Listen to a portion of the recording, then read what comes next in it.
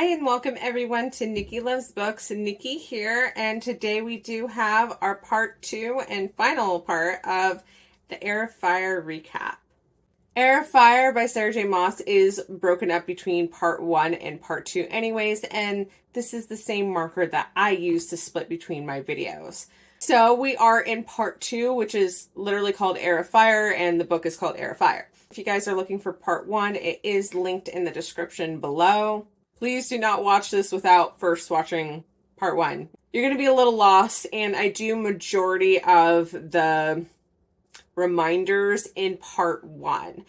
So if it's been a minute since you've read Throne of Glass and Crown of Midnight and you're kind of iffy on the details, do know I have recaps for those as well. And then also in my Heir of Fire part 1, I do include kind of a catch up and remember where we left off with everyone before we start talking about what happened in first part of Heir of Fire. So be on the lookout for those recaps as well if you are needing it. And then, of course, I also have a recap of The Assassin's Blade, which is a collection of all the novellas that are supposed to happen before Throne of Glass. I really don't recommend reading The Assassin's Blade until probably after Heir of Fire, to be perfectly honest. So yes, there are recaps of Throne of Glass and Crown of Midnight out already. Those videos are not broken up into part 1, part 2. The books are short enough where I didn't need to. So just know that those exist. And then there's also a recap of The Assassin's Blade if you've already read it, or if you have no intention of reading it and you just kind of want to know what the novellas are about, check out that video. We're going to go ahead and jump into our Heir of Fire part 2, which is called Heir of Fire. Please remember that this is a recap. This is not a book review. So this is a recap. I will be spoiling everything. If you don't want that or don't like spoilers, please, adios. So jumping right into our Heir of Fire part 2 recap, Selena is currently in Wendelin training with Rowan so that she can master her powers to ultimately go to Dorian because she needs to ask Queen Maeve questions about the Wyrdkeys, specifically how to destroy them so she can kick the king of Adarlan's ass. Selena and Rowan started off pretty rough, but now they are friends. Sadly, back in Adarlan, Chaol and Dorian aren't really talking, so their friendship is definitely strained currently. I don't know why I kept holding the book, like, why do I need to be holding that the whole entire time? It's a heavy book to hold. At least it's not a hardback, at least my edition. Anyway, Dorian is secretly dating Sorsha, one of the palace healers, and she made Dorian a tonic to suppress his magic. So she's aware of his magic and is trying to help him keep it on the DL because the boy doesn't seem to be able to control it. Chaol is currently working with Adarlan and Ren to undermine the king. Chaol is doing this specifically for Dorian. Chaol loves Dorian and just wants Dorian to be safe. And Adarlan and Ren, of course, are doing this for Aelin to help her out and get things ready for her return. And of course, they hate the king of Adarlan and really want to see him taken off the throne. And lastly, Manon has selected Abrax, a bait beast, as her Wyvern. She is determined to become wing leader, which will be leading the Iron Teeth witches into battle. And that is it for kind of where we left off at the end of part 1 of Heir of Fire, Heir of Ash. And let's go ahead and get into the details of part 2. In Rifthold and Adarlan, we have Chaol and Adarlan, who just put together a theory that the king was able to suppress magic in Adarlan using a spell and 3 towers made of Wyrdstone. So these 3 towers were built across Aurelia. They showed up 10 years ago, about the same time that magic disappeared. So Adarlan and Chaol kind of are suspicious about these 3 towers and that possibly they might be linked to the spell that caused magic to disappear. Meanwhile, Manon decides to take Abrax to the Rune Mountains, specifically in search of the legendary Stygian spiders. Apparently, Nutmeg has the same feelings I do about these spiders. So I'm sure Tolkien wasn't the first one to come up with this concept, but he's definitely the author that I know of who's also used the really large spiders. And I swear there's been plenty of fantasy series since then that use these giant spiders as monsters. And I just wanted to stop. And I know why fantasy authors use them, because they're terrifying. It's scary, and a lot of us have arachnophobia, and if we don't, still the idea of having a huge spider bigger than us is terrifying. I can barely watch the scenes with Shelob in Lord of the Rings. These things are made of nightmares. Just no, I don't do spiders no matter their size, but really big giant spiders are hell no in my book. But unfortunately, Sarah J. Maas put giant spiders in the Throne of Glass universe. I want to die. So we got giant spiders. That is what Manon has decided to go search for. I wouldn't even come within 100 feet of these damn things. Manon is looking for the spiders specifically because she would like to get the spider silk to reinforce Abrax's wings because they are weak due to him being a bait beast. So he was caged up, not allowed to fly.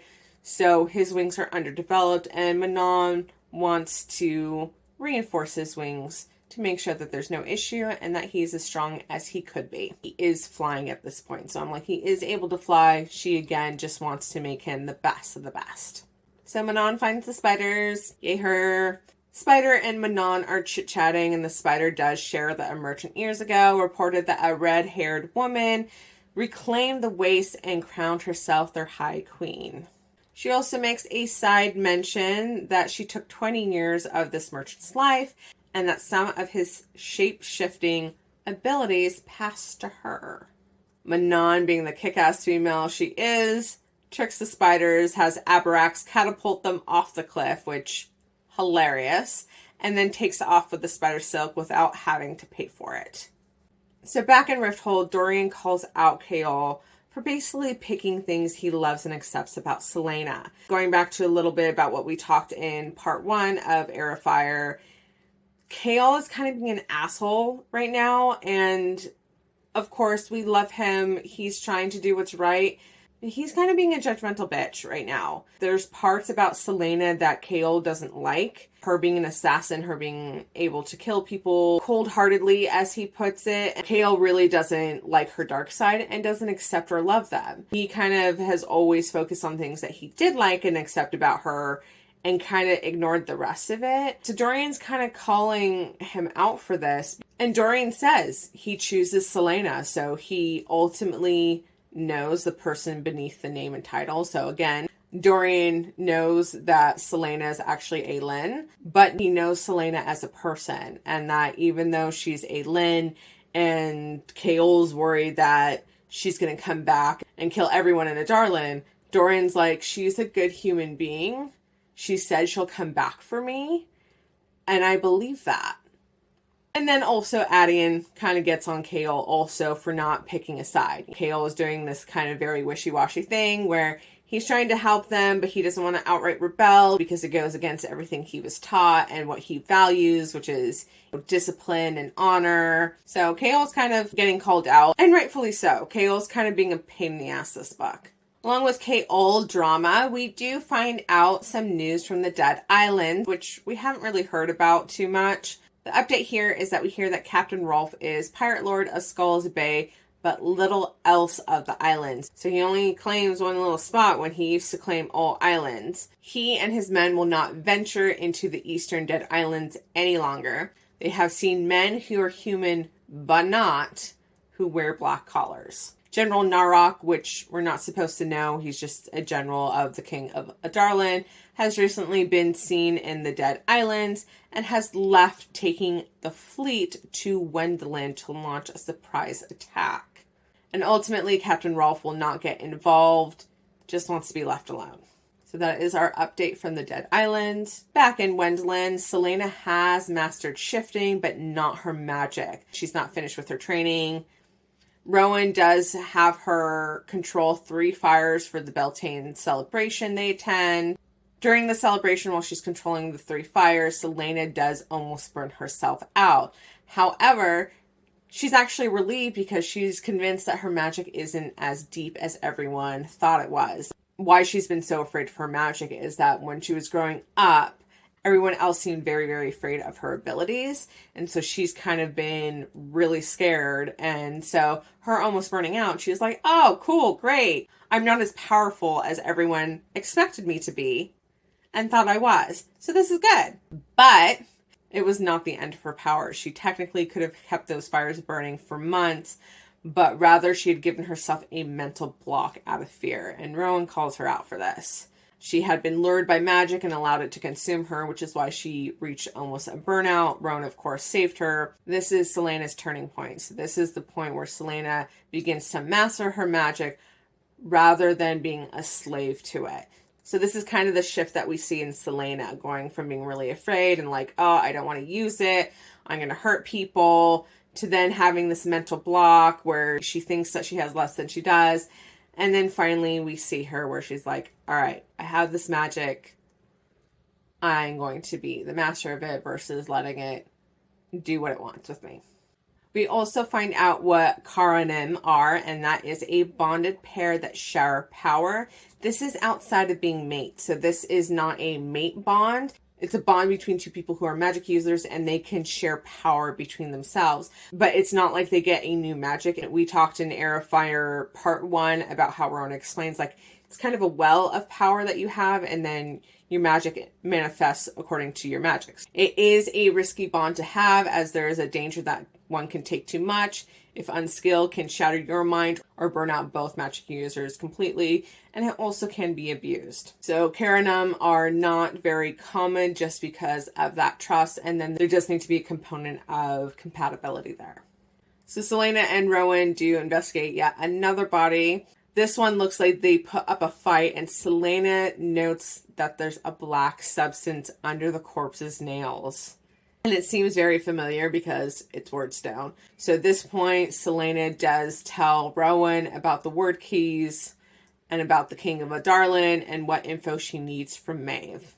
Selena and Rowan find the soldiers from Adarlan who came to Wendland with General Narok. They are doing experiments on demi-fae, killing the ones who are not compatible with whatever they do to warp them, hence the bodies Rowan has been investigating with Selena. Rowan and Selena realize that they are there to capture and retrieve demi-fae, and will be attacking Mistward soon with 200 men and 3 of the king's monsters. Those monsters are men who are not really men, and they have the Wyrdstone collars on. Like one of the ones that Selena had run into, and it had started sucking the life out of her while she was reliving some of her worst moments in her life. One of the monsters does notice them spying and attacks them. Selena lures the skinwalkers and the king's monster to the same place, letting them fight each other instead of her. Finds comfort that the skinwalkers were able to take one of those creatures down at the very least. Mistward prepares for the attack to come, and Selena gets the terrible news that the King of Adarlan had everyone at Calicula and Endovier killed because of a slave uprising that happened after Princess Nehemia was assassinated. So this is very important because it shows the extent that the King of Adarlan will go to. We already knew he was an asshole, but there was children there was elderly there. The slave uprising would have easily been put down, but instead of just putting down the slave uprising, he had everyone slaughtered. And this, of course, hits Selena really hard because she spent a year in Endovier and had every intention of going back to free those people. The attack on Mistward comes. They are betrayed. The 200 men are coming through the secret tunnel that they were going to use as a possible escape if they had to retreat. While the men attack from the tunnel, the king's monsters are attempting to bring down the magical barrier protecting the fortress. And there's 3 of them. So the 3rd had actually killed the skinwalkers. The skinwalkers did not kill it. So Rowan goes to help deal with the men in the tunnels, while Selena goes outside the barrier to help reinforce it with her magic to prevent the monsters from coming in. In this encounter, Selena learns that the monsters are the Vaug. So these are the demon race that forged the Wyrdkeys, broke into this world, and then Maeve used the Wyrdkeys to banish most of them, obviously not all, back to the world. Centuries later, there was a second war against the Vaug, in which Alina, daughter of Brannon, and Gavin, first king of Adarlan, fought against those Vaug that remained trapped in Aurelia.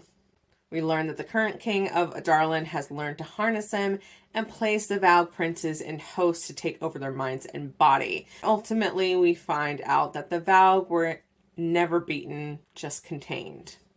Rowan's cadre does show up and help Rowan to push back the men that are trying to get inside through the tunnel. And although they see Selena taking on the monsters, they do leave her to fight the Valg alone. So the cadre does include, of course, Gabriel, which we've already met briefly. And then the other one of note is Lorcan. I mentioned in my last video I would bring up the character that it took me the longest to find a picture to represent, and this was it. This is Lorcan. I can't even tell you how many pictures I went through for this character. Lorcan is one of my favorite characters from this book. I don't know, I have a thing with like broody asshole men. Lorcan really is the epitome of that in the Throne of Glass universe, and I absolutely adore him and his cranky ass attitude. I really wanted to find a picture that represented kind of how I imagined him while I was reading it, and I literally couldn't find one good enough. I spent months looking for a picture that I felt like, oh yeah, like this is a good representation of Lorcan. It's almost a blessing that my original video got corrupted. If you guys remember me mentioning in the Heir of Fire Part 1 video, I recorded the whole entire recap all in one sitting, and the file got corrupted. As you guys can imagine, that was really frustrating and disheartening to me. And so I had to take a break. Like, I couldn't just go back to recording these videos because I wanted to break from trying to film it again. I was like, okay, well, what else can I do? And I was like, I'm still really not happy with the picture of Lorcan. Let me just do one more look. And I found this picture and I was like, oh, this is beautiful. I definitely can see this being Lorcan. So it all worked out. But yes, Lorcan was the hardest one. And again, I think it's because I had a very solid idea of what Lorcan looked like in my mind. And I really wanted something similar. And I think this photo is pretty good. So where we were was the cadre show up and go help Rowan, but leave Selena alone to deal with the Valg on her own, which, not nice. So the Valg attacks Selena, making her relive painful memories while they feed on her pain and despair. Specifically, she's reliving the memory of when the king visited Terrasen when she was a child. So she's reliving that visit, and of course we get to see what happens. And what had happened is that the king had attacked her mind, causing her to lash out with her magic. But this made her seem unhinged and really out of control. Aelin's parents think it was Maeve trying to stir shit up. They all know that the king of Adarlan is really anti-magic and has been very vocal about how magic is bad. So having a very powerful princess who's unable to control her magic reinforces the king's propaganda. So Aelin's parents think it's Maeve trying to stir shit up, specifically for not bringing Aelin to come see her as promised.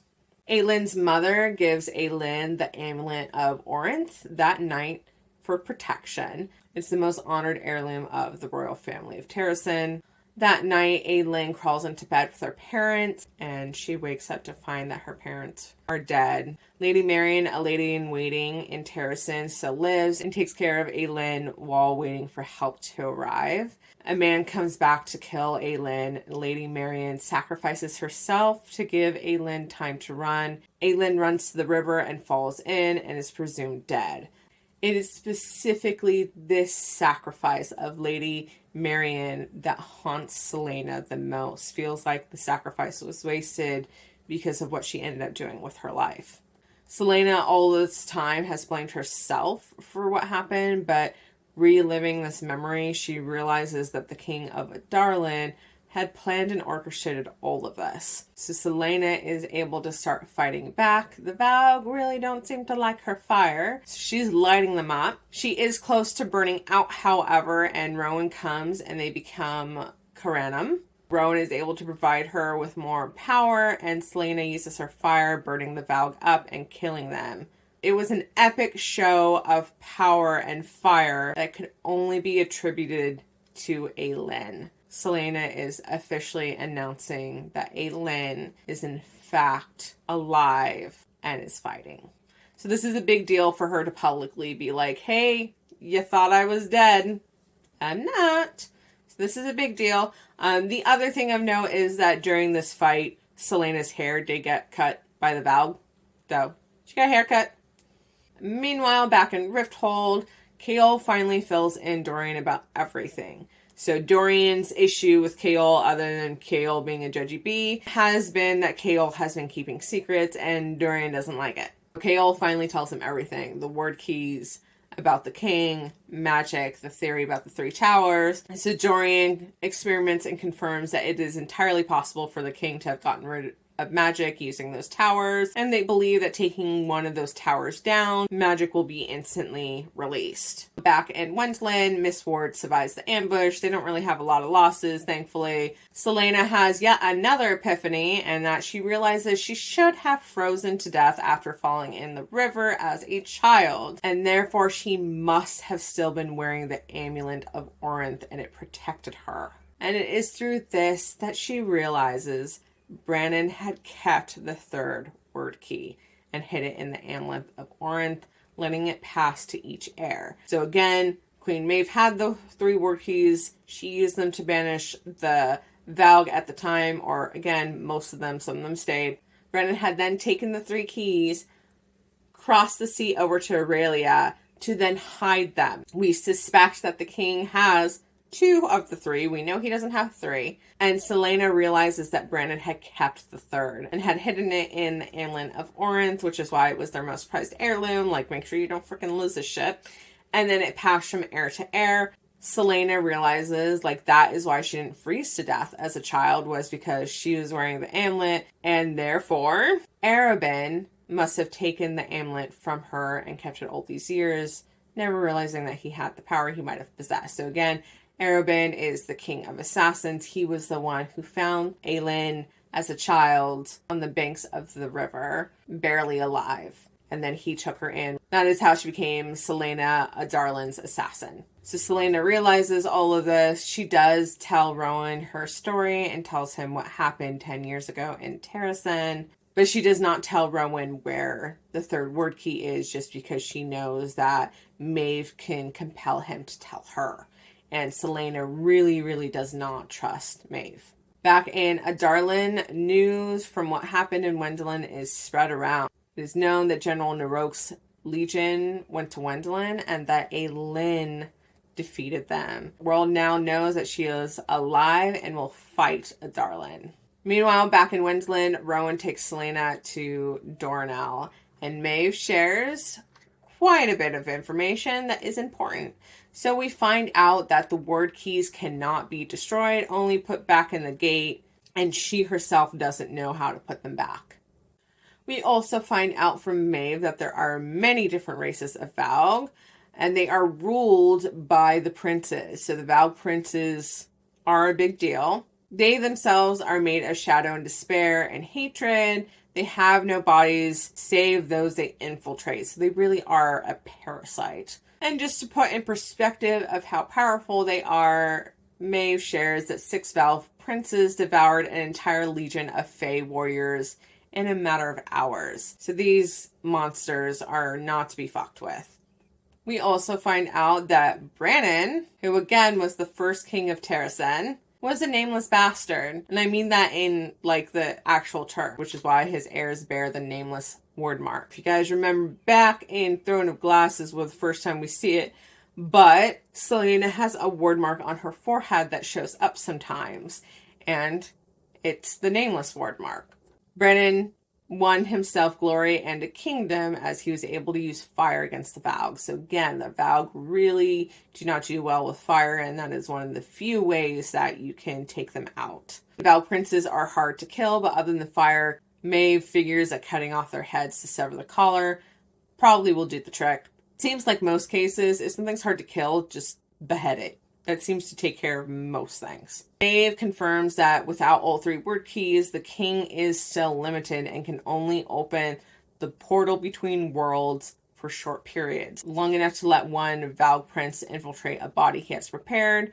With all 3 keys, he could summon all the Valg armies and may not need to rely on magically gifted hosts for the Valg. So if he gets all 3 keys, it is bad news bears for everyone.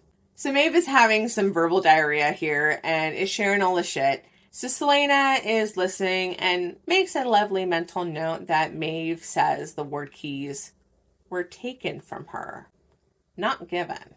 She also notices that the palace, and pretty much the whole of Doranel, is made entirely of stone. And there is no wood except for plants and furniture.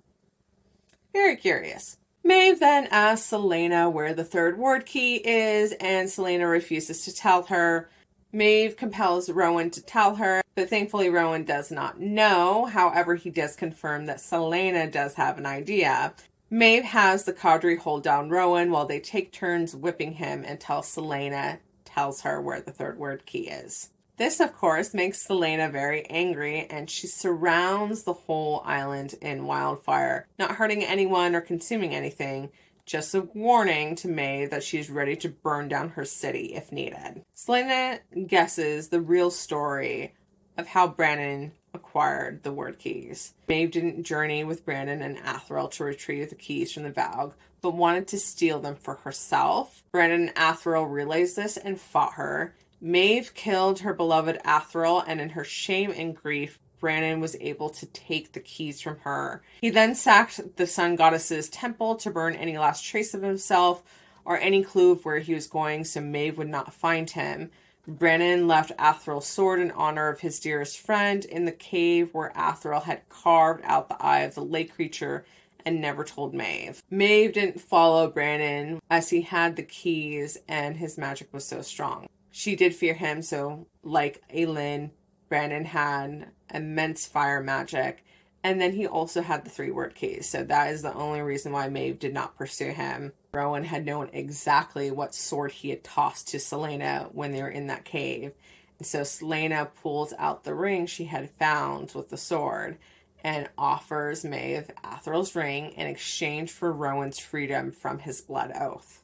And Maeve agrees. So Maeve releases Rowan from his blood oath honorably, with no consequences. And Rowan turns around and swears a blood oath to Selena right then and there, which is huge F you to Maeve. So they rush out of Doranel. Selena then has Rowan tattoo the story of her love and loss down her scars on her back. Meanwhile, back in Aurelia, the Iron Teeth have started the War Games. The War Games are meant to determine who will be wing leader and lead the Iron Teeth host. They do have a rule that they are not supposed to kill each other or the Wyverns, so no witches and no Wyverns are supposed to die. During this wonderful game, Iskra has her Wyvern mortally wound Petra's Wyvern, Keely. Keely falls with Petra on her back unconscious and is trying to do whatever she can to save Petra. So this poor Wyvern is trying to straighten herself out, slow her descent, so that at the very least, her witch won't die. And, choking up. There's a lot of effed up things that happen in Throne of Glass. Like, there are sad, sad things. Like, what happens to Aelin's parents, and, like, her waking up and them being dead. And, you know, as you read more of the books, there's more heart-wrenching things, but nothing gets me like what happened to Keely. This unconditional love between animals and their humans is something that moves me. And the fact that Keely is dying and she's just trying to save her human. Moved by the unconditional love Keely shows in the screen the blue blood matron releases upon seeing her daughter plummet, Manon and Abrax dive after the falling witch and Wyvern. Manon successfully does save Petra before Keely hits the cannon floor. Petra is devastated. Happily, the Blackbeaks win the War Games and Manon is crowned wing leader and not fucking bitch-ass Iskra. Iskra and the Yellowlays claim it was an unfortunate accident brought on by uncontrollable wyverns, but both Manon and Petra heard Iskra's command to kill, but they keep their mouths shut because ultimately it's Petra's revenge. Manon's grandmother, who's a lovely woman, is furious that Manon had saved Petra, as it showed lack of brutality, a lack of discipline, their most prized virtues. However, publicly, the Blackbeak matron does gift Manon with a new Crocon cloak for becoming wing leader. All Manon has to do is take it off the body of the Crocon presented to her. As Manon approaches the Crocon tells Manon that the Crocons pity the Iron Teeth, as they are not born evil, but are made into monsters, and they feel sorry for them. Manon is under the gun. Obviously, her grandmother put her in this situation to make sure that Manon remembers to be brutal and disciplined. Manon kills the Crocon and then takes her cloak. Meanwhile, in Rifthold, Chaol, Adarlan, Dorian, and Sorsha are all summoned to the king. And when they arrive, he is grinning, which is terrifying. And they should just leave now. Like, do not enter that room. Do not pass go. Do not collect $200. Like, get the F out of there. He is one of 3 characters that I would never want to see grinning. Like, I'd be like, I'm out. So the king demands to know who the spy is, the person feeding info and plotting with a known rebel leader. So Chaol is about to confess it was him, and Adarlan sees this and decides to speak, claiming that he is the spy and traitor, sparing Chaol's life for his queen. Adarlan did this because he knows that Aelin and Chaol had a relationship and that Aelin would be heartbroken if Chaol died. So Adarlan is like, it's me. Fuck you. I hate you. And here's this stupid ass ring that you gave me. But the plan kind of backfires because instead of killing him right then and there, the king goes, cool. You're my spy. I'll kill you. But I'm going to wait for an opportune moment. And I'm going to wait to execute you to see if Aelin will show up to come save you. So it backfires a bit. The king then reveals that he was playing tricks and that Sorsha is the real spy and has been sending letters to a rebel leader, and they have proof. Sorsha tells Dorian that she loves him, and then the king has her beheaded right then and there. Chaol then loses his shit, so all this stress finally got to him, and he just loses his mind right then and there, renounces the king, says he will only serve one king, and he is currently not on that throne. The king then orders the guards to kill Chaol, and then Dorian loses his shit and erupts with his magic, giving Chaol time to run. Chaol is able to get away. Dorian exposed himself as a magic user, which he knows his father hates, and expects to be killed right then and there, and is ready for it, but instead has a collar of wardstone put around his neck. Chaol makes it to Selena's secret apartment, which is where Ren has been staying. Chaol tells Ren what happened. Ren reveals that he is the rebel leader Sorsha has been writing to, and then Ren and Chaol decide to team up to find a way to free Adarlan and Dorian. So that is where we leave things with Chaol, Dorian, Ren, and Adarlan. So we're not quite sure what Dorian's fate is, but we can take a guess considering he's been colored with wardstone. And Adarlan is being held prisoner with the expectation that he will be executed at some future point, again, being used as bait for Aelin to come save him. Back in the Farron Gap, Manon is told to take half the Iron Teeth host to Morath. The other half of the host will continue to stay in the Farron Gap under Iskra, and Manon's grandmother will also be staying in the Farron Gap to finish some work and will join Manon in Morath in the summer. So that is where we leave with the Iron Teeth. So half the Iron Teeth is staying in Farron Gap. The matrons are finishing up some work that we don't really know about, and then Manon will be taking the other half of the host to Morath. Finally, where we leave things with Selena is that she decides to return to Adarlan as Selena and not Aelin to retrieve the Wyrdkey from Erebin. She's not ready to take on the king, so she needs to return as Selena, go back to the king and be like, oh, I didn't finish my mission, my bad. Because remember, only a select few people know that Selena is in fact Aelin. People know Aelin is alive, but they don't know who she actually is. So Selena can return to Adarlan as Selena. Hopefully the king won't kill her for not completing her mission. And she can figure out how best to get the Amulet of Orinth from Erebin, who's been keeping it, and then go from there. She does leave Rowan behind in Wendland again, as she needs to be Selena. Full-blooded Fae male would kind of blow her cover. So that is where we leave things with Heir. Thank you all so much for being here. Don't forget to hit that like button if you enjoyed this video. Leave me a comment. And then most importantly, please do not forget to subscribe if you would like to see more recaps. I will be working on the recap of Queen of Shadows, which should be coming out next month. Thanks so much, everyone.